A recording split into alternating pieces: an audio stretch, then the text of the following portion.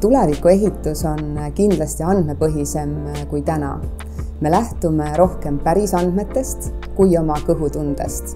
Loodetavasti aastaks 2035 on tõusnud digitaliseerituse tase, kokku lepitud ühtsed andmemudelid, vähenenud on topelttöö hulk info käitlemisel, tänu millele on tõusnud efektiivsus.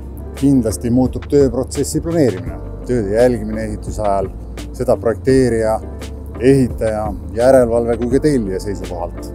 Lahendused, mida võimaldavad täna 3D-tooted, on aastal 2035 elementaarsed. SiteView on teeterminali välisala ehitusel aidanud kaasa tööde planeerimisel ja jälgimisel. Tarkvara kasutamine on minu arvates lihtne ja tema kasu tekib aja jooksul.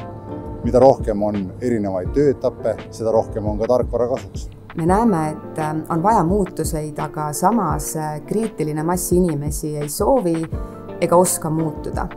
Et üks ehitis õnnestuks, siis vajab see paljude osapoolte ühist pingutust. Kuniks me aga jätkuvalt valime projekti koostööpartnereid madalama hinnapakkumise baasil ning lepingutega antakse risk alati järgmisele osapoolele, pole erilist muutust loota.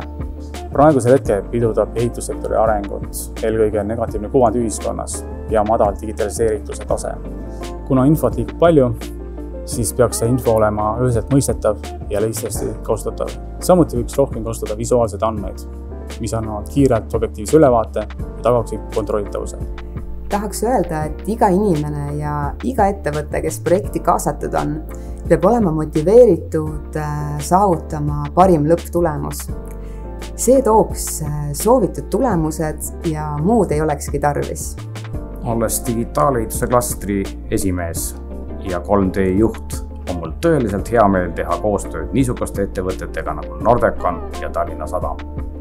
Koos nende ettevõtetega kasutame me sadama teeterminali projektis niisugust uuenduslikku vahendit nagu SiteView. Kutsun sind üles diskuteerima teemadel, kuidas luua usaldust ehituse väärtusahelas ja kuidas digitaliseerida kogu ehitusvaldkonda.